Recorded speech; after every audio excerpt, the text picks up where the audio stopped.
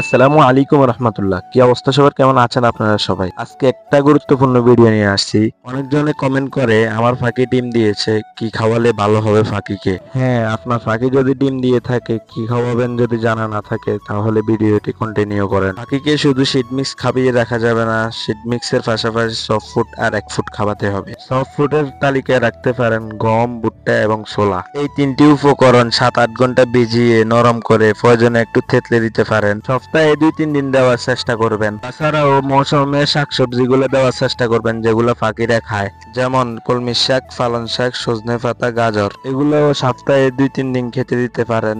পাশাপাশি ডিম সিদ্ধ খেতে দিতে পারেন। এটা একটি সুপার ফুড, ফাঁকিদের পুষ্টি ঘাটতি পূরণের বেশ কার্যকরী। অবশ্যই ডিমটা দিবেন। ডিমটা চাইলে শাকসবজির সাথে মিক্স করেও খাওয়াতে পারেন, না হলে এমনিতেও দিতে পারেন। মানে ফাঁকি যেভাবে খেতে চায় ওইভাবে দিবেন। আজকের ভিডিওটি এ পর্যন্ত। এই ভিডিওটি ভালো লাগলে একটা লাইক, কমেন্ট, সাবস্ক্রাইব করে দিবেন। আপনার ফাঁকির জন্য শুভকামনা।